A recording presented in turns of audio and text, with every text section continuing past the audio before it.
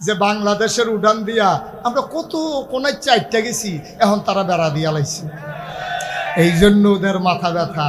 ওদের ট্রাকগুলো বাংলাদেশের ভিতর দিয়া চিটাগং বন্দর থেকে বেনাপুল হয়ে পার হয়ে যেত। এখন যখন ওগুলো আটকে গেছে, ওদের যখন আর আমদানি রপ্তানি এক চেটিয়া মুসলমানদের উপরে বাংলাদেশের উপরে নির্যাতন থেমে গেছে, ওরা যখন দেখেছে বাংলাদেশ আর গোলামের দেশ নাই, বাংলাদেশ আর তাবেদার রাষ্ট্র নাই, ওরা মাথা উঁচু করে দাঁড়াতে শিখেছে। আসলে চিন্ময় এগুলো কোনো বিষয় না, বিষয় হলো স্বার্থ। ঠিক কিনা কও? দাসীর বদলে ওরা ইন্ডিয়ার সাংবাদিক বলেছে যে বাংলাদেশের প্রধানমন্ত্রীকে ভারতের প্রধানমন্ত্রী দাসীর মতো ব্যবহার করেছে। কত ন্যাক্কারজনক কথা, কত লজ্জাজনক কথা। আমার দেশের প্রধানমন্ত্রীর ব্যাপারে এত বড় কথা বলার দুঃসাহস ভারতের সাংবাদিক দেখিয়েছে। বাস্তবতাও তাই, বাস্তবতাও তাই। ক্ষমতা চাই, সব দিয়ে যাও, ক্ষমতা দরকার। ক্ষমতা পাইতে গিয়া আমার বাংলাদেশকে বিক্রি করে দিয়েছে। আর নাইলে 92% জন লোক মুসলমানের দেশে।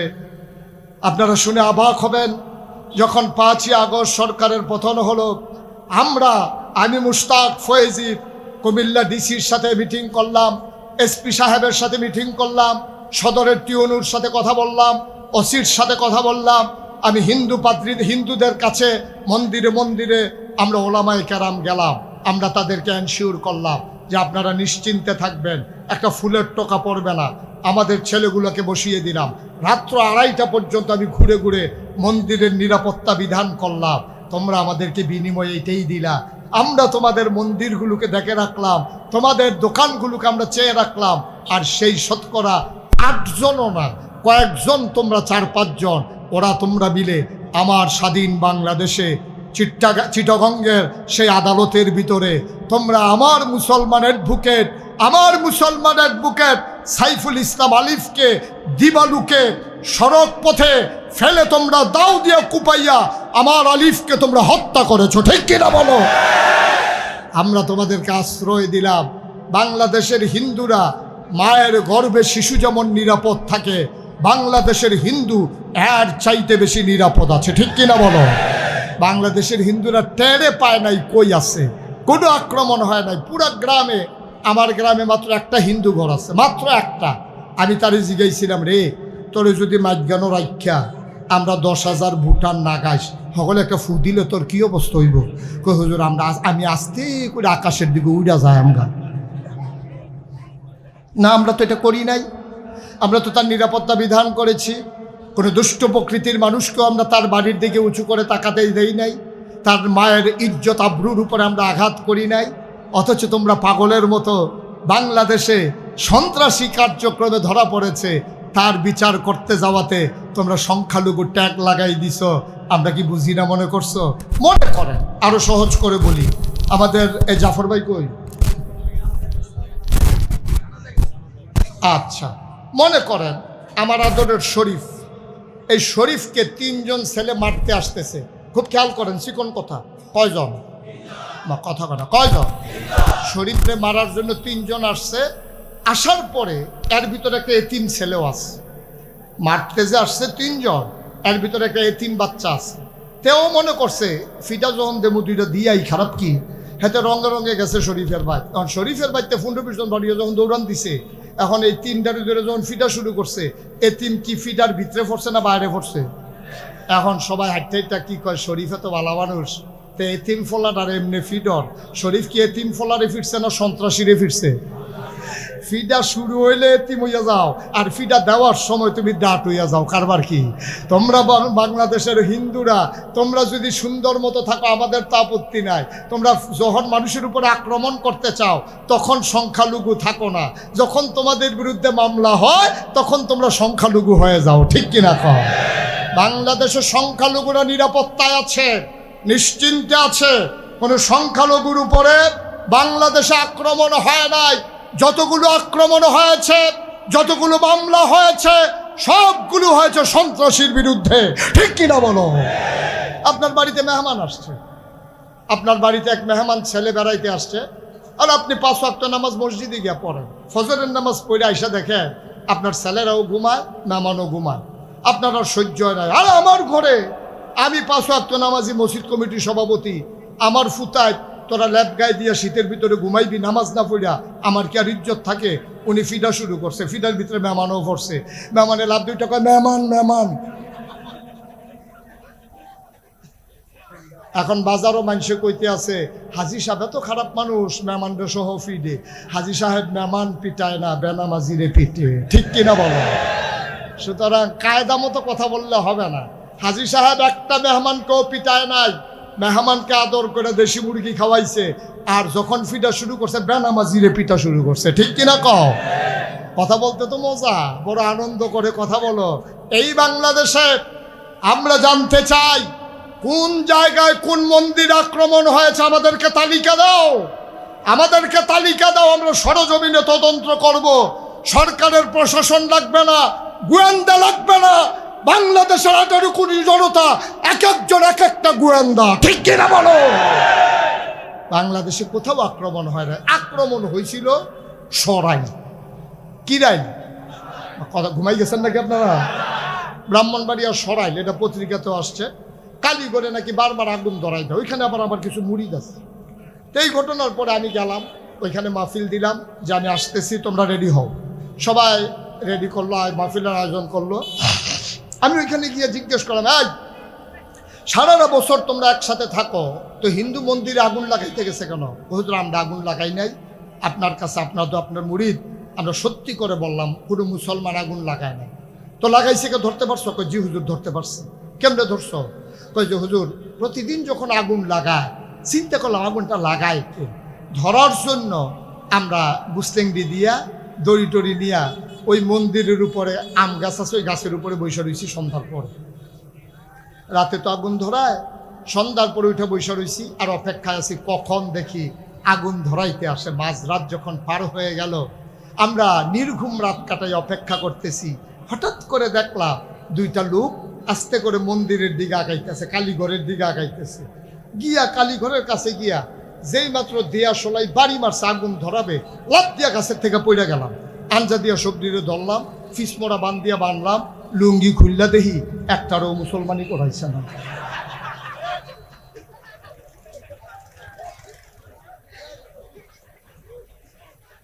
মানে কি মুসলমান না হিন্দু? না কথা কানা, মুসলমান না হিন্দু? দাদা তোরার ঘরে তোরা আগুন লাগাস। একবার একটা গল্প শুনছিলাম যে এক মহিলা নাকি অপর পক্ষকে ঠকানোর জন্য, হারানোর জন্য মামলা, নিজের গায়ে নিজে ব্লেড লাগাইয়া তারপরে মামলা করতে গেছে। আমার হিন্দুরা ওই মহিলার মতো হয়ে গেছে, নিজের মন্দির নিজে ভাঙ্গা তারপরে মুসলমানের গায়ে দোষ দিতে চায়, ঠিক কিনা বলো? আরামে থাকলে ভূতে কিলায় না? আরামে যে আসো ভাল লাগতেছে না, ভূতে কিলাইতে আছে। তারপরে গিয়া সেটা তোমরা ওইভাবে নিজেরা এই কারবার কইরা।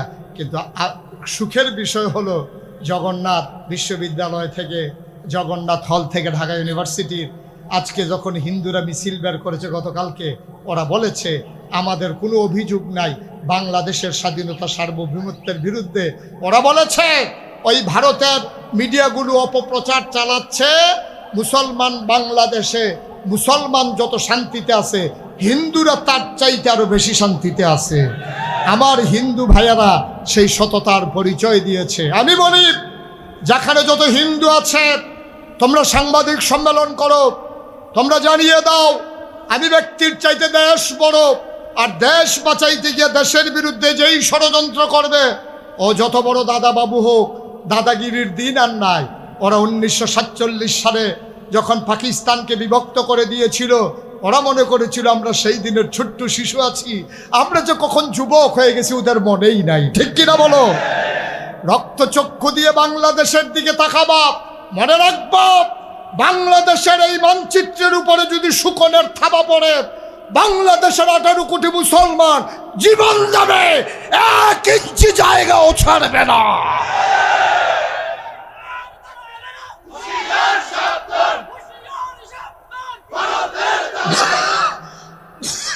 সবাই পড়ে না আমিন। তাহলে কয় দল মানুষ? 3 দল। যখন বিরোধিতা করলো নবী থেমে গেছেন, নবী চুপ মেরে গেছেন, নবী দেশ সাইডে বাইকে গেছেন, ঘরের ভিতরে বন্দী হয়ে গেছেন, নবী দল ছেড়ে দিচ্ছেন না? আল্লাহ নবী দিনের দাওয়াত দিতেই আছেন। কাফেরেরা আবার মিটিং করলো, এখন কি করা যায়? সবাই মিলে সিদ্ধান্ত নিল, চলো আপোষ রফায় চলে যাই, চলো আপোষ নামায় চলে যাই। সব কাফেরেরা মিলে নবীর দরজায় এসে দাঁড়ালেন। নবীজি দেখে বললেন, আহা কি সৌভাগ্য আমার, মক্কার সকল নেতারা আমার ঘরের দরজায়, আহলান সাহলান মারহাবা, মোস্ট ওয়েলকাম, আমার ঘরে আপনাদেরকে স্বাগত। নবী পানি দিলেন, ওরা হাত মুখ ধুয়ে নিলেন। নবী খুরমা খেজুর দিলেন, গাওয়া দিলেন, নবীজি এই ছাগলের গুস্ত দিলেন, রুটি বানিয়ে দিলেন, কিশমিশ দিলেন, আনার দিলেন, সবাই মন মতো করে খাইল। নবীজি জিজ্ঞেস করলেন, চাচারা কেন এসেছিলে? কয় যে তোমার সাথে একটু জরুরি পরামর্শ।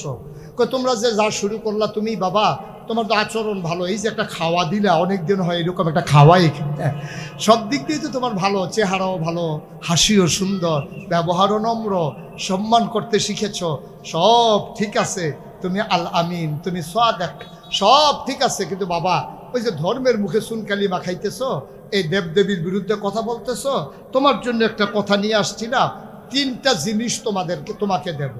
কয়টা? হা ঘুমাই গেছেন সব? কয়টা? কথা কয় না, কয়টা?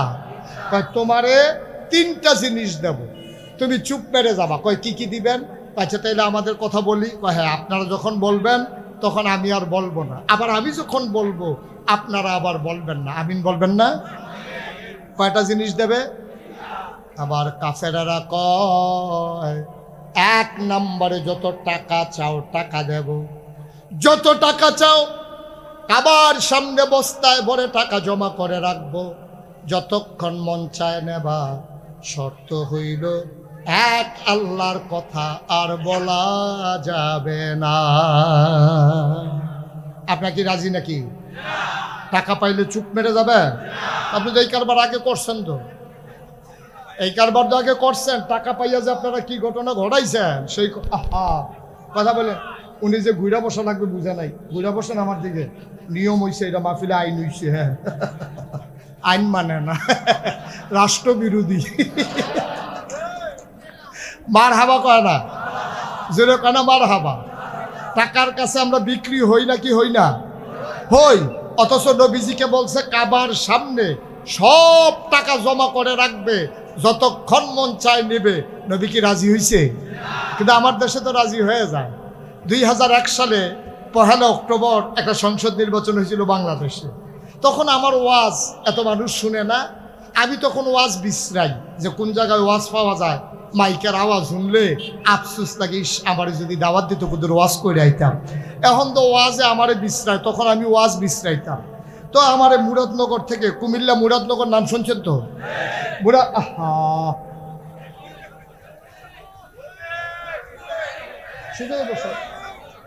আমিন বলেন। তো মুরাদনগর থেকে এক লোক আসছে আমার দাওয়াত দেওয়ার জন্য। তখন 2001 সাল, তখন তো আমার এত প্রচার প্রসার হয় নাই, মানুষ আমাকে চিনে না এত। আমি যখন শুনছি যে মুরাদনগর থেকে দাওয়াত দিতে আসি, আমি তো ঘুম ফালাই উঠটা দিছি দৌড়। আমি গিয়া করলাম, ভাই কি দাওয়াত দিতে আইসি? আমি কি বিশ্রাইতে আসি, দাওয়াত কি দিবেনি? হ্যাঁ, কথাবার্তা সব শেষ। তো আমি জিজ্ঞেস করলাম, ভাইরা এই ভাই আপনি যে মুরাদনগর থেকে আসছেন, ওই যে 1 তারিখে যে নির্বাচন হইলো কেমন হয়েছে? হুজুর 1 তারিখে নির্বাচন কেমন হয়েছে যদি শুনে আপনার একটা আফসোস লাগবে, ইস আমরা বাড়ি যদি মুরাদনগর হইতো। আমি কি মুরাদনগর বাড়ি করবো কইছি? আমার মুরাদনগর বাড়ি দিয়ে কী করবো? হুজুর আফসোসটা কইতে আছে। আমি কি আফসোস? রাইতের বাজে 2:30। কয়টা? কথা কয় না, কয়টা? রাইতের বাজে 2:30। এমন সময় এক লোক এসে দরজায় নক করছে। নক করার সাথে সাথে আমি লাভ দিয়ে উঠে গেছি। আমি কই এত রাইতে এক ডাকে উঠলেন কেমনে? ফাতলা ঘুম তো, গাড়াটা দেই না, কারণ কোন সময় উঠা লাগে নির্বাচন সামনে। ফাতলা ঘুম উঠা লাভ দিয়ে উঠছি। পরে তো যিনি নির্বাচনে দাঁড়াইছে উনি 3টা 500 টাকার নোট আইনা আমার হাতে দিছে। ভাই এদিকে এদিকে মনোযোগ দেন না, হা আমার কথা সবটা শুনতে হবে। তো 3টা কত টাকার নোট? 500 টাকার নোট। 3টা 500 টাকার নোট আইনা দিছে, বলছে যে নেন এই টাকাটা রাখেন। তাই বললাম কিসের? ওই লোকটা কইতে আছে। আমি তখন জিজ্ঞেস করলাম, ভাই এটা কিসের টাকা? আপনি কি আমার কাছে, আমি কি আপনার কাছে টাকা পাই? কয় না। কিছু কিনবেন? কয় না। তাহলে টাকা দিচ্ছেন কেন? আহা, আপনার তো দেখি দিন দুনিয়ার কোনো খবর নাই। আমাদের মুরাদনগরে প্রতি ভোট দাম উঠছে 500 টাকা। তা আপনার ঘরে হলো 3 বুট, 3 পাশা 1500, ওই টাকাটা দিতে আসছিলাম। তা আমি কইলাম কি টাকা রাখছেন? ফিরসা হুজুরের দাওয়াত দিতে নাইছেন মাহফিল, ভোট বেচ্চা ঠেহা খান, এই কারবার করছেন? জি না হুজুর, আমি কি এই মানুষ নাকি? আমার দেখেন না কি সুন্দর মানুষ, আমি টাকা খাওয়াই না মানুষ। আমি আপনি কি কইছেন? আমি কইছি ও নির্বাচনের বাকি রয়েছে 1 সপ্তাহ, এত আগে যখন প্রতি বুট 500 উঠছে, আগের রাইতে কত উঠে নাচাইয়া টেহা রাখতাম পারতাম না। নাউজুবিল্লাহ বলবেন না? আহারে মুসলমান, আহারে মুসলমান, আমরা ভালো মানুষ, আমরা ভালো মানুষ। আমি যদি এখন একজন লোকের বাপ উঠাইয়া গালি দেই, আপনি চিৎকার করে বলবেন হুজুর আপনাকে সম্মান করি, ভালো আছেন। আপনি মরা বাপ নিয়ে কথা বলবেন না, কথাটা আমারও লাগবে। আমারও যদি আপনি বাপ উঠাইয়া গালি দেন, এটা স্বাভাবিক। বাপ উঠাইয়া গালি দিলে আপনার কলজা এত লাগে, আর আপনি যে নিজে গিয়ে নিজের আব্বার নাম বদলাইয়া আসলেন, ওইটা কেমন হয়েছে? আপনি যখন জাল ভোট দিতে গেছে, আপনারা এজেন্ট জিজ্ঞেস করছেন আব্বার নাম কি? আপনার আব্বার নাম কুদ্দুস, আপনি না বলছেন আলমগীর? ঠিক কিনা কও? আপনি কুদ্দুসের ফুতে আলমগীর কইয়া ভোট দিয়ে আইয়া পড়ছে। আপনি কি ফুত রইছেন ওহনো কুদ্দুসের? আপনি কি মানুষ রইছেন নি? আপনি কোন জায়গায় গেছেন? নিজের বাবার নাম নিজে বদলাই ফেলেন। এমপি হলে আরেকজন হবে, মন্ত্রী হলে আরেকজন হবে, পতাকা উঠলে এমপির গাড়িতে উঠবে, মন্ত্রীর গাড়িতে। আপনি আপনার বাবা পরিবর্তন করে জাল ভোট দেওয়ার কোনো দরকার ছিল না, ঠিক কিনা বলে? এখন সান্দ্রার যারা মহিলা, তারা বোধহয় কইতে আছে দর্শে আজকে পুরুষ লোক রে। সান্দ্রার মহিলারা বোধহয় খুব খুশি, মহিলারা ভালো। এবারে জামাইয়ের নাম বদলাইয়া ভোট দিয়ে আইসে না? এবারে কুদ্দুচ্চার বউ আলমগীরের বউ কইয়া ভোট দিয়ে আইয়া পড়ছে না? আম্মা আপনি আলমগীরের গড়ায় না যাবেন, কুদ্দুসের গড় আইসেন কীর্তেন? আপনি কি আসেননি কুদ্দুসে? আপনি 5 জন সাক্ষী রেখা কই আইসেন স্বামীর নাম আলমগীর, কুদ্দুসের গড় আইসেন কীর্তেন? আপনি বাংলার মুসলমান, তুমি কি বুঝো ইমান কারে কয়? তুই কি মনে করছো টুপির নাম ইসলাম? তুমি কি মনে করেছো দাড়ির নাম ইসলাম? তুমি কি মনে করেছো 5 ওয়াক্ত মসজিদে নামাজ পড়ো এটাই ইসলাম? যে তার ভোট বিক্রি করে টাকা খায়, যে নিজের আমানত ভোটকে বিক্রি করে দেয়। মনে রাখবা, তোমার ভোটের কারণে কোনো খারাপ মানুষ যদি নির্বাচিত হয়, আর ওই মানুষটা যদি কোনো অন্যায় করে অবিচার করে, আর যদি তার 500 গোনা হয়, তোমার আমল নামায় অন্তত 250 বাইক বইয়া থেকে পাইবে। কারণ তুমি যারে ভোট দিয়া এমপি বানাইছো, সে যদি দুষ্কৃতিকারী হয়, তাইলে ওর দুষ্কৃতির অংশ তুমি পাবা না কেন?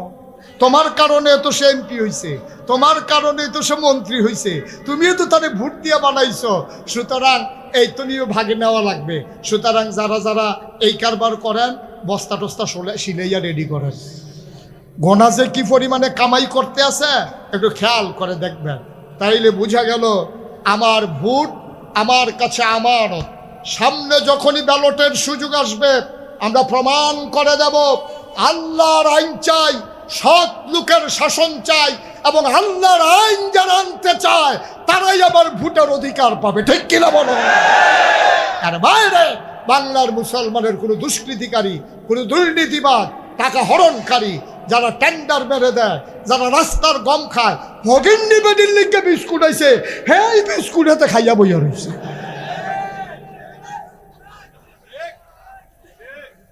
ঠিক কিনা কও? এই কারবার করা যাবে না। প্রস্তাব কয়টা? প্রস্তাব কয়টা? 1 নম্বরে টাকা চাও, টাকা দেব। নবী কি রাজি হইছে? 2 নম্বর, নেতা হইতে চাও, নমিনেশন পেপার সাবমিট করা লাগবে না, গণমিছিল করা লাগবে না, আগের রাতে ভোট কিনা লাগবে না, বাক্স নিয়ে দৌড় দেওয়া লাগবে না। সবাই মিলে আমরা তোমাকে একক নেতা বানাই দেব। শর্ত হইল এক আল্লাহর কথা আর বলা যাবে না। আপনারা রাজি? তো নবী আর রাজি হবে কেন? আপনারাই রাজি হন না। শর্ত গেল কয়টা? 3 নম্বর, সুন্দরী সুরসী কুমারী যুবতী কন্যা দেব। যতজন মন চাই বিয়ে করবা, নাকের ফুল, কানের দুল, গলার মালা, হাতের বালা লাগবে না, বেনারসি কাথান লাগবে না, তোমার কাবিন নামার টাকা দেওয়া লাগবে না, মোহরানা লাগবে না, মেয়ের বাবার জন্য লুঙ্গি কিনা লাগবে না, মেয়ের মায়ের জন্য শাড়ি কিনা লাগবে না, শালা শালির জন্য 3 পিস হাফ প্যান্ট কিনা লাগবে না। যতজন মন চায় বিয়ে করবা, শর্ত হইল এক, আল্লাহর কথা আর বলা যাবে না। কয়টা দফা? নবীজি চুপ মেরে গেলেন। আবার নবীজি বললেন, চাচারা কথা কি শেষ? আপনাদেরকে আর কোনো কথা আছে? কয় না। কয়টা তো ইচ্ছা করলে আপনারা দিতেই পারেন, টাকা আপনাদের হাতে, ইচ্ছে করলে টাকা দেওয়া যাবে। সুন্দরী সুরসী মেয়েদেরকে বাবাদেরকে রাজি করাই আমার কাছে বিয়ে দিলে পারেন, এটা আপনাদের হাত আছে। সবাই মিলে নেতা বানাই দিতে পারবেন, এটা আপনাদের জন্য সহজ। কিন্তু যেইটা আপনারা পারবেন না এমন জিনিসও যদি আমারে দেন, কয় কি পারবো না? আবার নবীজি চোখের পানি ছেড়ে দিলেন, ডাক দিয়া কয়, আমার এক হাতে যদি সূর্য দাও, আর এক হাতে যদি চন্দ্র দাও, এক হাতে যদি সূর্য দাও আর এক হাতে যদি চন্দ্র দাও, খোদার কসম সূর্য দেওয়া যাবে, চন্দ্র দেওয়া যাবে, এক আল্লাহর পথ থেকে আমাকে সরানো যাবে না, যাবে না, যাবে না, ঠিক কিনা? আবার কাফেরের রাগ কমছানা বাড়ছে। দারুন নাদওয়ায় সিদ্ধান্ত হলো নবীকে মেরে ফেলা হবে। আল্লাহর নবী, আল্লাহ তাবারক ওয়া তাআলা জানিয়ে দিলেন, ও নবী আমার তৈরি থাকবেন, আর বোধহয় মক্কায় আপনার থাকা হবে না। ওরা সিদ্ধান্ত নিয়ে ফেলেছে। নবী চুপ করে বাড়িতে গেলেন। চরম পরম প্রিয় বন্ধু আবু বকর সিদ্দিক রাদিয়াল্লাহু তাআলা আনহু ওনাকে ডাকলেন, দেখে বললেন, আবু বকর রে, ও আবু বকর, কারো কাছে বলা যাবে না, গোপন কথা আছে। আল্লাহ বলেছেন আমি নাকি মক্কায় আর থাকতে পারবো না, আমি একা একা কেমন করে যাব, তুমি তৈরি থেকো আবু বকর। এই কথা যখন বলেছে, আবু বকর সিদ্দিক বাড়িতে না গিয়া বাজারে গেলেন, সুঠাম দেহের 2টা উট কিনলেন, এক ইহুদির বাড়িতে উটগুলা নিয়ে রাখলেন, বললেন যে 1 মাস লালন পালন করবা, মাস ভিত্তিতে তোমাকে খরচ দেওয়া হবে, যেই দিন নিতে আসবো দিয়ে দেবা। আবু বকর সিদ্দিক বাড়িতে গেলেন, নবী বলেছেন তৈরি থেকো। তিনি ঘুমাতে যাবেন, বিবি বললেন আসেন, বিছানায় আসেন। আবু বকর সিদ্দিক কয়, না গো বিবি, আমার কপালে বোধহয় আর বিছানা নাই।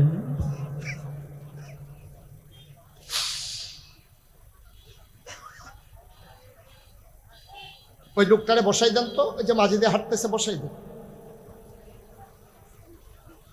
আমিন বলেন। এখন আর উঠা যাবে। 33 বছর মুস্তাক ফয়েজে মাহফিল করে, দেশে দেশের বাইরে 33 বছর ধরে মাহফিল করি। মাহফিলে কদম দিলে মাহফিলের ওজন বুঝি। আজকে মন সাক্ষী দিয়েছে, তোমাদের সেন্দ্রার মাহফিল আল্লাহ কবুল করে নিয়েছে। কবুল হওয়া মাহফিল আর উঠা যাবে না। একটু আব্বার জন্য দোয়া করতেই হবে, আম্মার জন্য দোয়া করতেই হবে। যার যার যার আব্বার জন্য শেষে দোয়া করবা। এখন আর উঠা যাবে না, একবারে চুপ মেরে বসে থাকেন। যারাই হাঁটতে চায় টান দিয়ে বসাই দেবেন। আমিন কন, জোরে কন, আর জোরে। আবু বকর সিদ্দিকের বিবি দেয়া কয়, কথা মনে আছে নাকি? স্বামী আমার বিছানায় আসেন। আবু বকর সিদ্দিক কয়, না, আমার নবী বলেছেন তৈরি থাকার জন্য। কয়েক তৈরি মানে কি? কয় ডাক্তার দিতে দেরি, বের হতে যেন দেরি না হয়। কি চিন্তা করেছেন? কয় দরজায় পিঠ লাগিয়ে সারা রাত দাঁড়িয়ে থাকবো। আবু বকর সিদ্দিক দরজায় পিঠ লাগিয়ে দাঁড়ালেন। ঘুম আসে, ঝিমুনি আসে, ডাইনে পড়ে যায়, বামে পড়ে যায়, সামনের দিকে পড়ে যায়। আবু বকর বিছানায় যায় না। আবু বকরের স্ত্রী ডাক দেওয়া কয়, আপনি কি শুরু করেছেন? আপনি তো অসুস্থ হয়ে যাবেন। আবু বকর সিদ্দিক ডাক দেওয়া কয়, দিদি গো, আমি অসুস্থ হয়ে যেতে পারবো, এইটা সহজ, কিন্তু আমি আমার নবীর কষ্ট দিতে পারবো না। ঠিক ঠিক ঠিক ঠিক। আল্লাহর নবী একদিন দরজায় আসলেন। তিনি দরজায় দাঁড়িয়ে আল্লাহর নবী আস্তে করে একটা নক করলেন, আর মৃদু স্বরে ডাক দিলেন, আবু বকর। আবু বকর সাথে সাথে চিৎকার মেরে কয়, লাব্বাইক ইয়া রাসূলুল্লাহ, দরজা খুলে দিলেন। আল্লাহর নবী চমকে উঠলেন, থমকে দাঁড়ালেন। তিনি আশ্চর্যান্বিত হয়ে গেলেন। এটা কেমন মানুষ, এটা কেমন মানুষ! একটা মাত্র ডাক দিলাম, কেমন করে আবু বকর উঠলো, এত তাড়াতাড়ি কেমন করে দরজা খুলে দিল, কিভাবে সম্ভব এটা? আবু বকর সিদ্দিক কি করলেন? এটা কেমন করে দরজা খুলে? কি হলো ভাই? ওকে, ঠিক আছে, বসিয়ে গেছে। আমিন বলেন। আহা, ওকে, ফাইন। আজকে আমাদের একজনকে, ওনার পরিচয় কি? ইঞ্জিনিয়ার মুমিনুল হক সাহেব, জেলা বিএনপির সাবেক সভাপতি, জেলা বিএনপির সাবেক সভাপতি। জি, ঠিক আছে, okay, fine, okay, thank you, most welcome. সবাই পড়েন আমিন। আহলান সাহলান মারহাবা। মাহফিলের পক্ষ থেকে আপনাকে সুস্বাগতম। আমিন বলেন। ঠিক আছে, মনোযোগ ঠিক আছে? এই ছেলে, এই তোমার কি? বসো। আমিন বলেন। আবু বকর সিদ্দিক দরজা খুলে দিলেন। কথা মনে আছে নাকি? আল্লাহর নবী চমকে উঠলেন, থমকে দাঁড়ালেন, আশ্চর্যান্বিত হয়ে গেলেন। একটা ডাকের সাথে সাথে কেমন করে দরজা খুলে দিল, দাঁড়িয়ে গেল। কেমন করে বলল লাব্বাইক ইয়া রাসূলুল্লাহ? কেমন করে সম্ভব? আবু বকর সিদ্দিক যখন দরজা খুলে বের হলেন, আল্লাহর নবী ডাক দেখো, আবু বকর রে, তুই কি ঘুমাস না? আল্লাহ আবার আবু বকর কই, ইয়া রাসূলুল্লাহ, যেই দিন আপনি বলেছিলেন তৈরি থেকো, ওই দিনের পর থেকে আমি আবু বকরের পিঠ আর বিছানায় লাগে না। বলো, চলো যাই মদিনার দিকে। খেয়াল করে দেখেন, নবীর জন্ম মক্কায়, শৈশব মক্কায়, তারুণ্য মক্কায়, যৌবন মক্কায়, বিয়ে করলেন মক্কায়, নিজের বাড়ি মক্কায়, শ্বশুর বাড়ি মক্কায়, মেয়ে বিয়ে দিলেন মক্কায়, বেয়াইর বাড়ি মক্কায়, ব্যবসা করলেন মক্কায়, লেনদেন করলেন মক্কায়, মানুষের সাহায্যে এগিয়ে আসলেন মক্কায়। আল্লাহ নবী থাকতে পারলেন না মক্কায়। ও সেন্দ্রার মানুষ, ও হাজীগঞ্জের মানুষ, আমরাও তো ইসলাম মানি, আমরা তো চাঁদপুরের মানুষ, ইসলাম মানার কারণে কুমিল্লা যাওয়া লাগে নাই। কুমিল্লার মানুষ, ইসলাম মানার কারণে চাঁদপুর আসা লাগে নাই। অথচ আল্লাহর নবীর মতো মানুষ ওই ইসলাম প্রচার করার কারণে মক্কায় থাকতে পারেন নাই, চলে যাওয়া লাগলো মদিনায়। ঠিক কিনা? আমরা আপোষ করে ফেলেছি। আমরা আলু মার্কা মুসলমান হয়েছি। গুস্তর দিলেও খানে, সুটকির দিলেও খানে।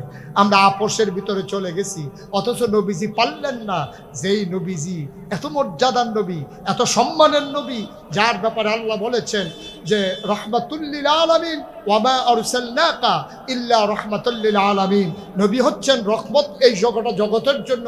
যার ব্যাপারে আল্লাহ বলেছেন ফাবিমা রাহমাতিন মিনাল্লাহি লিনতা লাহুম ওয়ালাউ কুনতা ফাজ্জান গালিজাল কলব লান ফাদ্দু মিন হাওলিক ফাআফু আনহুম ওয়াস্তাগফির লাহুম ওয়াশাবিরহুম ফিল আমর ফাইজা আযামতা ফাতাওয়াক্কাল আলাল্লাহ ইন্নাল্লাহা ইউহিব্বুল মুতাওয়াক্কিলিন। এই দয়ার নবী, মায়ার নবী থাকতে পারলেন না মক্কায়, চলে যাওয়া লাগলো মদিনায়। আবু বকর সিদ্দিক বললেন, ইয়া রাসূলুল্লাহ, আপনি একটু চুপ করে দাঁড়ান, আমি আসতেছি। রাতের আধারে নিকশ কালো অন্ধকারে তিনি দুইটা ওঁট নিয়ে আসলেন, একজন পথ প্রদর্শক নিয়ে আসলেন। চলেন মদিনার দিকে রওনা করি। যাবেন তিনি মদিনায়, হাঁটা দিলেন নবী উল্টা দিকে। সুবহানাল্লাহ বলবেন না? মনে করেন যাওয়ার কথা উত্তরে, উনি হাঁটতেছেন দক্ষিণে। এবার আবু বকর সিদ্দিক কয়, গুস্তাখি মাফ কর দিজিয়ে, বেয়াদবি মাফ করবেন ইয়া রাসূলুল্লাহ, আপনি কি মদিনার রাস্তা ভুলে গেছেন? আমরা তো উত্তরে যাব, আপনি দক্ষিণে কেন যাচ্ছেন? আর নবীজি মুচকি হাসি দিয়া কয়, আমি বুঝে শুনেই যাচ্ছি, আমি যা বুঝি তুমি তা বুঝো না। আল্লাহ আমাকে যা বুঝায় তোমারে বুঝায় না। কারণ আমাকে যখন ঘরে গিয়ে দেখবে আমি নাই, ওরা মদিনার রাস্তায় তালাশ করবে। এজন্য আমি উল্টা দিকে হাঁটলাম, যেন তালাশ করে ওরা না পায়। তিনি উত্তর যখন ওই মদিনার উল্টা দিকে হাঁটলেন, কিছু দূর যাওয়ার পরে পূর্ব আকাশে সূর্য হেসে উঠেছে, আলোতে ভরে গেল, উদ্ভাসিত হয়ে গেল গোটা পৃথিবী। আবু বকর সিদ্দিক চিৎকার করে কয়, নবী গো, আমরা বোধহয় আবার ধরা পড়ে যাব। আল্লাহর নবী কয়, টেনশনের দরকার নাই, আমরা দুইজন না, আমাদের সাথে আল্লাহ আছে।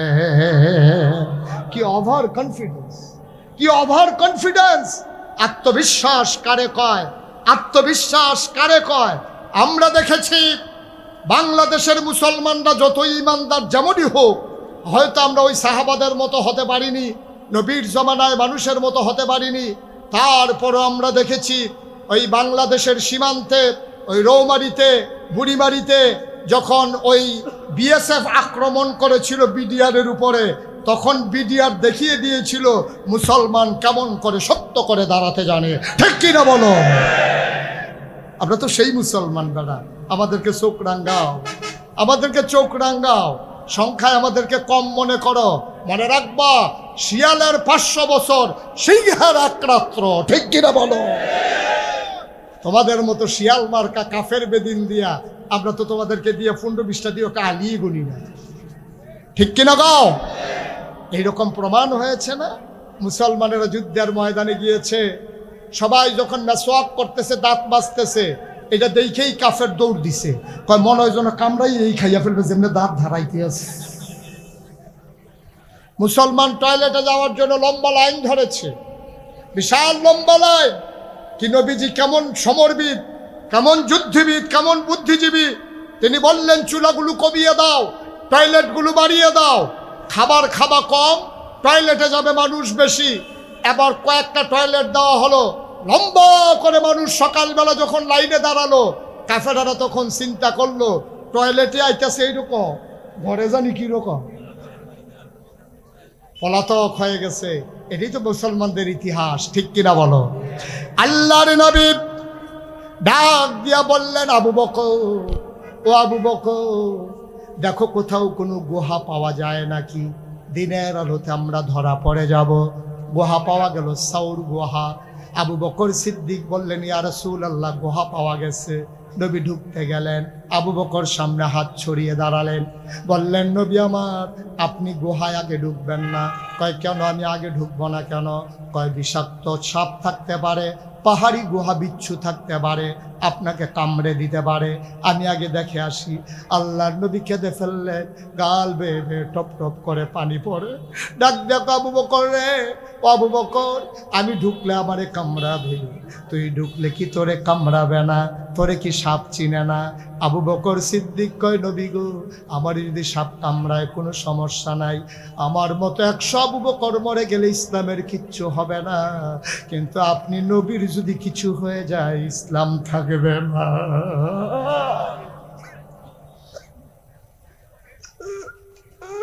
আমার মতো 100 আবু বকর, আমি যদি মরে যাই, আমার আবু বকর তৈরি হয়ে যাবে, ওমর মরে গেলে ওমর তৈরি হয়ে যাবে, কিন্তু আমার নবী যদি হারিয়ে যায়, আমার ইসলাম থাকবে না রে। ইয়া রাসূলুল্লাহ, আমি আগে গুহার ভিতরে ঢুকি। নবী দাঁড়িয়ে দাঁড়িয়ে কাঁদতেছেন। কি মায়া নবীর, কি মায়া নবীর! আল্লাহ নবী দাঁড়িয়ে দাঁড়িয়ে কাঁদতেছেন। আবু বকর সিদ্দিক গুহার ভিতরে ঢুকলেন। তিনি গুহার ভিতরে ঢুকে সব পরীক্ষা করে বললেন, আহলান সাহলান মারহাবা, মোস্ট ওয়েলকাম, গুহার ভিতরে আপনাকে স্বাগতম। নবী আবার গুহার ভিতরে ঢুকলেন। নবী বললেন, আবু বকর, ও আবু বকর, কয়েকদিনের পেরেশানি, নির্ঘুম রাত কাটানো, ঘুম চলে আসছে, শরীর দুর্বল মনে হচ্ছে, মনে হয় একটু শুয়ে গেলে ভালো হবে। আবু বকর সিদ্দিক ডাক দেয়া কয়, নবী গো, আমি আসন পেতে বসি, কুলের ভিতরে মাথা রেখে আপনি শুয়ে পড়ুন। এবার আল্লাহর নবী কুলের ভিতরে মাথা রেখে শুয়ে পড়লেন। আবু বকর আস্তে করে কপালে হাত বুলিয়ে দেয়, আঙ্গুল দিয়ে চুলের মাঝে বিলি কেটে দেয়। আবু বকর সিদ্দিক তারা দর পেয়ে নবী ঘুমিয়ে পড়লেন। আবার আবু বকর সিদ্দিক তাকায়া দেখে গুহার ভিতরে অনেকগুলো ছোট ছোট গর্ত দেখা যায়, প্রতিটা গর্ত থেকে সাপের জিহ্বা লক লক করে। আবু বকর ভয় পেয়ে গেলেন, সাপ যদি বের হয়ে নবীকে ধ্বংসন করে। আবার আবু বকর মাথার পাগড়িটাকে ছিঁড়লেন, টুকরা টুকরা করলেন, সবগুলা গর্ত বন্ধ করে দিলেন। কাপড়ের টুকরা শেষ, গর্ত একটা বাকি রয়ে গেল। কাপড়ের আর টুকরা নাই, গর্ত একটা বাকি। আবু বকর কিং কর্তব্য বিমূঢ় হয়ে গেলেন। চিন্তায় পড়ে গেলেন এখন কি করব। আস্তে করে নবীর মাথা মুবারকের নিচ থেকে আস্তে করে একটা পা বের করলেন, গর্তের মুখের ভিতরে পা দিয়া চাপা দিয়া রাখলেন যেন সাপ বের হতে না পারে। গর্তের মুখে চাপা দিয়ে রাখলেন পা, বিষাক্ত সাপ বের হতে না পেরে আবু বকরের পায়ের ভিতরে ছোবল মারলেন, ধ্বংসন করলেন। আবু বকরের শরীরটার সাথে সাথে নীল হয়ে গেল, চিৎকার চলে আসছিল মুখে, দাঁত দিয়া ঠোঁটটা কামড়ে ধরলেন। আমি যদি এখন চিৎকার করি আমার নবীর ঘুম ভেঙে যাবে।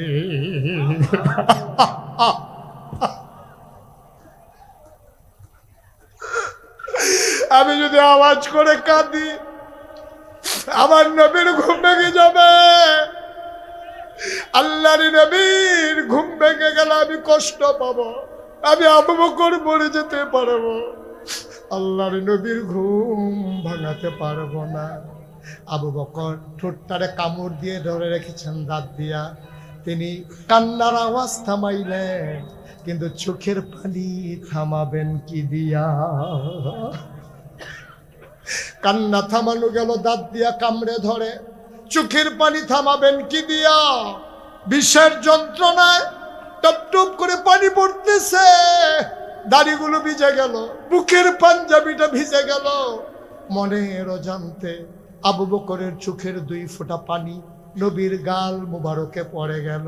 নবী চমকে উঠলেন, তিনি থমকে দাঁড়ালেন, তিনি আশ্চর্যান্বিত হয়ে গেলেন। লাফ দিয়ে তিনি উঠে বসলেন, তাকায় দেখে আবু বকর কান্দে। এবার নবীকে দেখার পরে আবু বকরের অভিমান, কান্নার আওয়াজ আরো বেড়ে গেছে। আবু বকর কান্না শুরু করে দিয়েছে। নবীরে ডাক দেখো আবু বকর রে, নবীজি ডাক দেখো আবু বকর, নিশ্চয়ই বাড়ির কথা মনে পড়েছে, ছোট্ট মেয়েটার কথা বুঝি মনে পড়ছে যে তোমার আব্বা আব্বা বলে গলায় জড়িয়ে ধরতো। নিশ্চয়ই ওই মেয়েটার কথা মনে পড়েছে, নিশ্চয়ই তোর ব্যবসার কথা মনে পড়েছে। আবু বকর কই ইয়া রাসূলুল্লাহ, 3 দিনের না খাওয়া মানুষ যেই নবীর চেহারার দিকে তাকাইলে খিদার কথা ভুলে যায়, আর ওই নবী আমার কুলের মাঝে, আর আমি আপনার কথা বাদ দিয়া বাড়ির কথা ভাববো, এটা কেমন কথা? কয় কাঁদো কেন আবু বকর?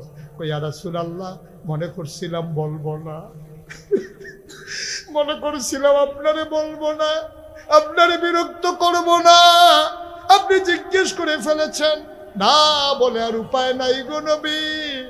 ও নবী, আমি কান্দি কেন? সাপ আমার পায়ের ভিতরে ছোবল মেরেছে, ধ্বংসন করেছে। নবী বললেন, আগে আমাকে বলবা না? না না না, আপনার ঘুম ভাঙিয়ে দেওয়া যাবে না, এই জন্য বলি নাই। আল্লাহর নবী বললেন, দেখি দেখি দেখি কোথায় সাপ কামড়ে দিয়েছে। আবু বকর সিদ্দিক পাটা বাড়িয়ে দিলেন। নবী দেখলেন পায়ের ভিতরে ছোবলের চিহ্ন দেখা যায়। তিনি আস্তে করে আঙ্গুলটা জিহ্বায় লাগালেন, একটু লালা মুবারক আঙ্গুলের মাথায় নিয়ে আস্তে করে ওই সাপের কামড়ের জায়গায় লাগিয়ে দিলেন। আবু বকর কয়, পৃথিবীর মানুষ সাক্ষী থাকো, খোদার কসম, সাপ কামড় দেওয়ার আগে আমার পাটা যত আরামে ছিল, নবীর লালা লাগার পরে এর চাইতে কোটি গুণ বেশি আরাম পেয়েছে আমার পা।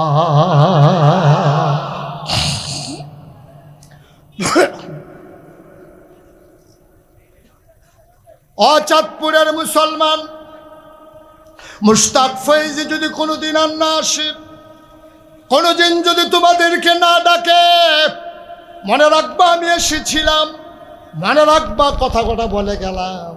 দেখা হবে কিয়ামতের ময়দানে।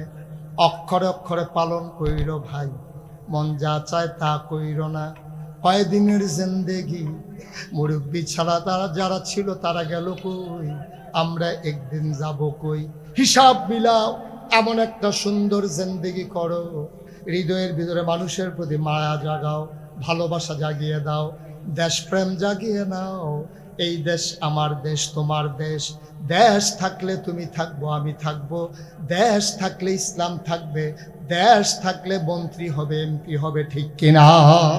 দেশ নাই তো কিছুই নাই, তুমি নাই, আমি নাই, দেশ নাই তো কিছুই নাই। আসো আমার দেশ, আমার সোনার বাংলা, আমি তোমায়, আমার বাংলাকে হৃদয় উজাড় করে দিয়ে ভালোবাসি।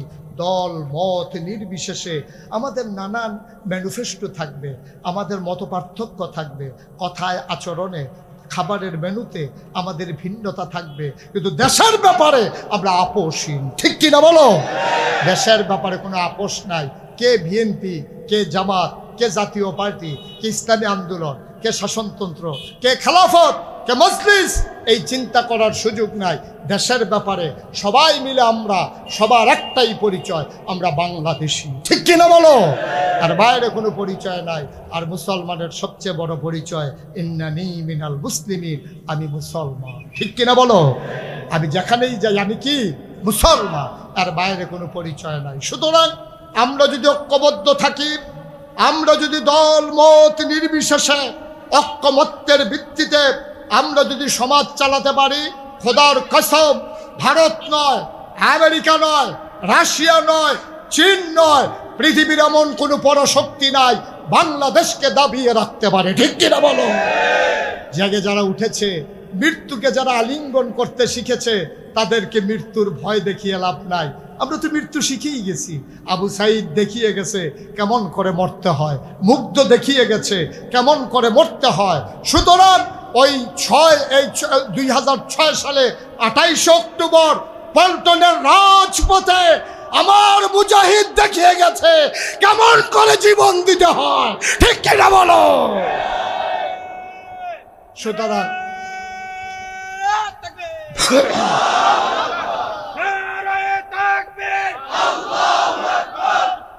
সবাই পড়ে না আমি। বন্ধুগণ, আপনারা পোস্টারে হ্যান্ডবিলে দেখেছেন মুশতাক ফয়েজি পীর সাহেব। আমি কিন্তু কখনো পীর সাহেব হতে চাইনি। পীর সাহেব হওয়ার শখও ছিল না, আকাঙ্ক্ষাও ছিল না, আমার ভাবনায়ও ছিল না। আমার দাদা ছিলেন ফুরফুরা সিলসিলার একজন বড় পীর। তিনি অনেক বুজুর্গ ব্যক্তি ছিলেন। আমার আব্বা ইন্তেকাল করেছেন আমার দাদার আগে। দাদা আব্বা ইন্তেকাল করেছেন 85 সালে 2রা মে, আর দাদা ইন্তেকাল করেছেন 98 সালে 18 এপ্রিল। দাদা 13 বছর পরে আব্বার ইন্তেকাল করেছেন। আমার দাদা আমাকে ডাকলেন, তখন আমি ঢাকাতে লেখাপড়া করি। খবর দেওয়া হলো বাড়িতে আসার জন্য। বাড়িতে এসে দিকে অনেক মানুষ। আমি জিজ্ঞেস করলাম কেন ডাকা হয়েছে? বলল যে সন্ধ্যার পরে আলোচনা হবে। আমার দাদা কাঁদো কাঁদো কণ্ঠে চোখের পানি ফেলে সবার কাছে বললেন, আমার ফয়েজ আহমদ, মানে আমার আব্বা, ও তো চলে গেল আমাকে ফাঁকি দিয়া, এখন এই দরবার কে চালাবে? সবাই বলল আপনি ভালো মনে করেন, কাকে দিতে চান? আমার বড় ভাই ছিল, আমার চাচারা ছিল। দাদা কারো নাম প্রস্তাব করলেন না। দাদা সিদ্ধান্ত দিলেন আমার আদরের নাতি মুশতাক ফয়েজি পীর সাহেব হবে। আমি হাউমাউ করে কাঁদলাম, আমি চিৎকার করে বললাম আমি পীর সাহেব হতে চাই না। বাংলাদেশে পীর সাহেব দেখতে দেখতে আমি অতিষ্ঠ। পীর সাহেব দেখতে দেখতে অধিকাংশ পীর সাহেব যেমনি বইয়া বইয়া খায়, হগিন্ডি বিডির টেহা খায়, রিক্সাওয়ালার টেহা খায়। আল্লাহ আমার হাত দিছে, পা দিছে, আমি মেহনত করে খাওয়াই না মানুষ, আমি তো বইয়া খাওয়ার মানুষ না। দাদাই কই তুমি কেমন পীর সাহেব হতে চাও? আমি বলি সমাজ বিনির্মাণে যেই পীর ভূমিকা রাখতে পারে আমি সেই পীর হতে চাই। আপনারা দেখেছেন এই করোনার সময় আমি ঘরে ঘরে মানুষের দ্বারে দ্বারে পৌঁছে পৌঁছে সাহায্য পৌঁছে দিয়েছি। এই বন্যার সময় 15 দিন আমি আমার পরিবার থেকে বিচ্ছিন্ন ছিলাম। আমি কাদামাখা রাস্তায় পানির মাঝে হেঁটে হেঁটে আমি গরিব অসহায় মানুষের কাছে সাহায্যের পোটলা নিয়ে গেছি। মানুষগুলো আমার দিকে তাকিয়ে কেঁদে ফেলেছে যে হুজুর আপনাকে এক নজর দেখার জন্য আমরা যাই, আর আপনি পানির ভিতরে চলে আসছেন। আমিও সেদিন জবাব দিয়েছিলাম সবসময় আপনি দেখেন, আজকে আমি এসে দেখলাম আপনারা কেমন আছেন। আমি ঘুরে ঘুরে দেখেছি, আমি চেষ্টা করেছি সমাজ বিনির্মাণে ভূমিকা রাখার জন্য। আমি বললাম আমাকে যদি পিরালি দিতেই হয় আমাকে জমিন দেওয়া লাগবে। দাদা গরিব মানুষ ছিলেন, মাত্র 9 শতক জমিন দাদা আমাকে দিয়েছেন, মাত্র 9 শতক। এরপরে আমি জমিন কিনা শুরু করলাম। যারা আমার দরবারে গিয়েছেন, যাদের ধারণা আছে তারা জানেন আমার দরবারে এখন 1800 শতক অর্থাৎ 18 একর জমি। মারহাবা বলবেন না? আমার এখানে 10টা প্রতিষ্ঠা, একটা খানকা, একটা দাখিল মাদ্রাসা, একটা নুরানি মাদ্রাসা, হাফিজিয়া মাদ্রাসা, ধাতব্য চিকিৎসালয়, গণপাঠাগার, গবেষণাগার, ছাত্রাবাস, ইয়াতিমখানা, মসজিদ। মারহাবা বলবেন না? আবার মসজিদটা টিনের ঘর। আমার এখানে লোকজন জায়গা হয় না, আমি ঢোকার আগেই মসজিদ ভরে যায়। এবার আমি চিন্তা করলাম দৃষ্টিনন্দন, স্থাপত্য শৈলী মণ্ডিত, মুসলিম বিশ্বের এক অনন্য নিদর্শন, বড় করে একটা মসজিদ করব। আমার দরবারে যারা ইঞ্জিনিয়ার তাদেরকে ডেকে বললাম ড্রয়িং করে একটা ভিউ দাঁড় করাও। ওরা আমার কাছে নিয়ে আসলো। আমি দেখলাম বিশাল এক মসজিদের ডিজাইন, আমি বললাম এটা কি? কই যে হুজুর মসজিদ। আমি বললাম এটা কত বড়? কই হুজুর কত বড় বলতে পারবো না, এটার ভিতরে নামাজ পড়তে পারবে একসাথে ৬,০০০ লোক। কয় হাজার লোক? আমি বললাম নিচতলায় হাসপাতাল। খেয়াল করেন, পৃথিবীতে এই প্যাটার্নে কেউ মসজিদের চিন্তা করে না। নিচতলায় ১৯,০০০ স্কোয়ার ফিট হাসপাতাল, দোতলায় ৩ তলায় মসজিদ। বাংলাদেশের সংসদ ভবনের মতো ১২৫ ফুট চৌড়ায় নিচতলা থেকে সিঁড়ি ডাইরেক্ট দোতলায় উঠে গেছে। এই মসজিদ বিনির্মাণে আমি জিজ্ঞেস করলাম কত লাগবে? ওরা বলল ১৫ কোটি টাকা। যেমনি কইছে মনে হয় যেন ১৫০০। আমি কই বেড়া ১৫ কোটি তোর কাছে টেহা মনে হয় না? ১৫ কোটি, আমি গরিব মানুষ, আমার ভয় দেখাইতে আসো। হুজুর নিয়ত করে নেমে যান। তখন আমি নিয়ত করলাম যে আল্লাহ, আমি মুশতাক ফয়েজি ৩৩ বছর মাহফিল করি, সারা বছরই প্রোগ্রাম থাকে দেশে দেশের বাইরে। ইনশাআল্লাহ ১ বছরে মাহফিল করে যত টাকা হাদিয়া পাই, পুরো ১ বছরের হাদিয়া আমার মসজিদে আমি দান করে দেবো ইনশাআল্লাহ। আমি ১ বছর মাহফিল করে করে জমাইলাম। ১ বছর পরে খুলে গুনলাম, গুনে দেখলাম ২৫ লক্ষ টাকা হয়েছে। কয় লক্ষ? আমি ২৫ লক্ষ টাকা দিয়ে কাজ শুরু করলাম। জুন মাসের ১ তারিখে আমার প্রথম তলার ছাদ হয়েছে। ছাদের পরে চিফ ইঞ্জিনিয়ার, এই ইঞ্জিনিয়ারদের ভিতরে যে হেড, ও আমার ডাকাইয়া নিয়ে কয় যে হুজুর ওই যে কইসলাম যে ১৫ কোটি, ওই তো না। আমি ওই কত? ৩০ কোটি লাগবে। মারহাবা বলবেন না? আমার মসজিদের দোতলার ছাদ হয়ে গেছে। এখন প্রথম তলার ছাদ হয়ে গেছে, দোতলার কলামগুলো উঠতেছে। ইনশাআল্লাহ রোজার আগেই নিয়ত করেছি দোতলার ছাদ দিয়ে দেবো ইনশাআল্লাহ। আল্লাহ যেন কবুল করে, সবাই পড়ে না আমিন। এই যে আমি মাহফিল থেকে যাই, আমার ড্রাইভার, আমার মিডিয়া এক্সিকিউটিভ, আমার যে পিএস আছে, ওরা রুমে চলে যায়, আর আমি এই আস্তে করে মসজিদের ছাদে উঠি। মসজিদের ছাদে উঠা আকাশের দিকে তাকাইয়া কাঁদি, বলি মাওলা, আর আমি এখনো ঘুমাই নাই। মাওলা ও রব্বে কারীম, এই মসজিদ আমি শুরু করে দিলাম ৩০ কোটি টাকার, আমি কেমন করে আর কাজ শেষ করব? আমাকে ওই পর্যন্ত হায়াত দাও, যেন মসজিদের কাজটা শেষ করে আমার যেন মৃত্যু হয়। আমি আল্লাহর কাছে দোয়া চাই। আমি শুনেছি নবী বলেছেন, মান বানা লিল্লাহি মসজিদান বানাল্লাহু লাহু বাইতান ফিল জান্নাহ। যে দুনিয়ায় মসজিদ বানাবে, আল্লাহ নাকি জান্নাতে তার জন্য ঘর বানাবে। যাই মুশতাক ফয়েজি জীবনে কোনোদিন কোনো মুরিদের সামনে হাত পাতে নাই, কোনোদিন হাদিয়ার জন্য এইভাবে হাত পেতে ভিক্ষুকের মতো নেই নাই।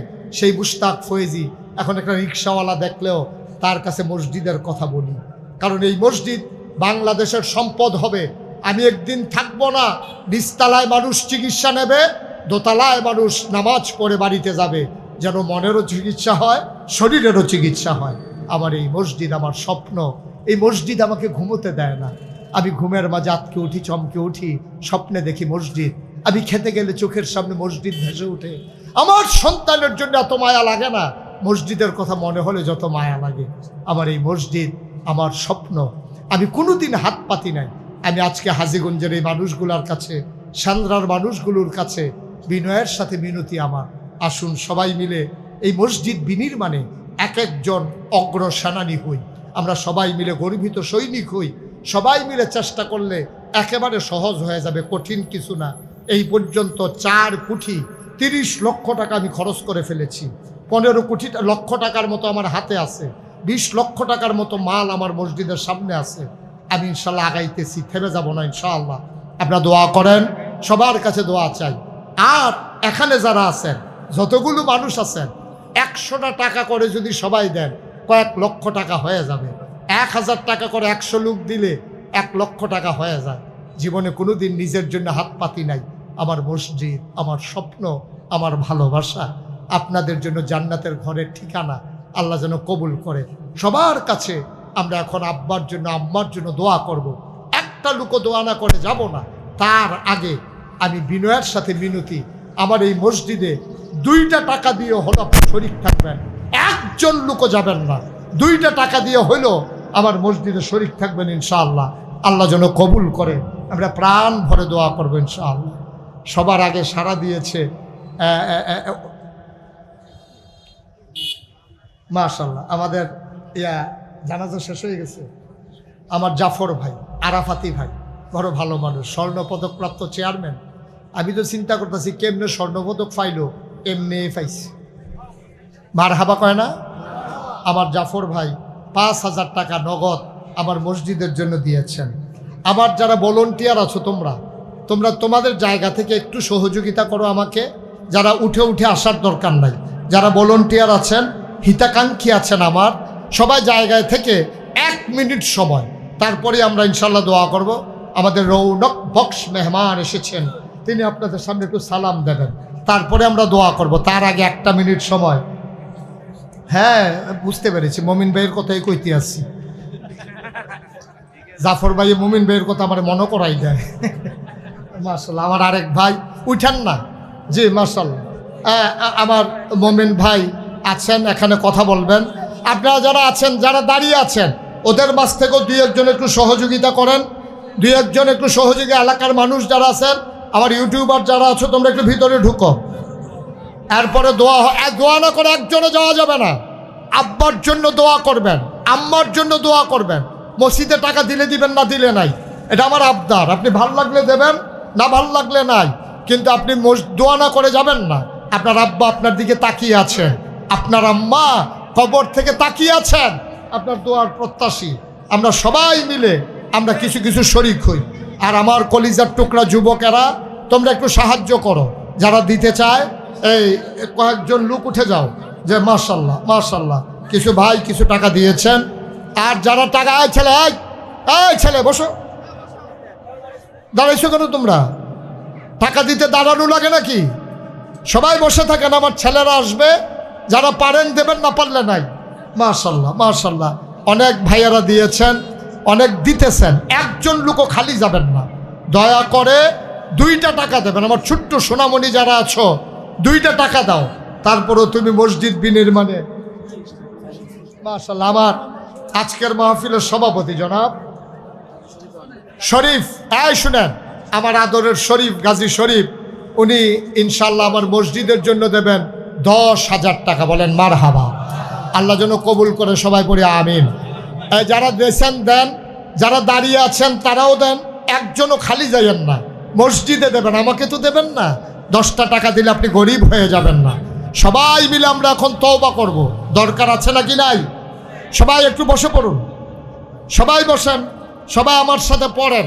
আউযু বিল্লাহি মিনাশ শাইতানির রাজিম, বিসমিল্লাহির রহমানির রহিম, আস্তাগফিরুল্লাহ রাব্বি মিন কুল্লি যামবি ওয়া আতুবু ইলাইহি, লা হাওলা ওয়ালা কুওয়াতা ইল্লা বিল্লাহিল আলিয়্যিল আযীম।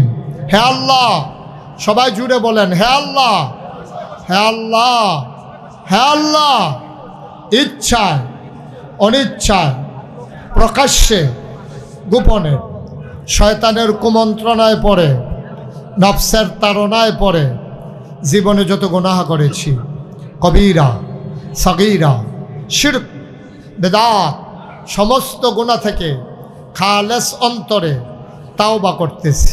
হে আল্লাহ, গুনাহ মাফ করে দাও, তাওবা কবুল করে নাও।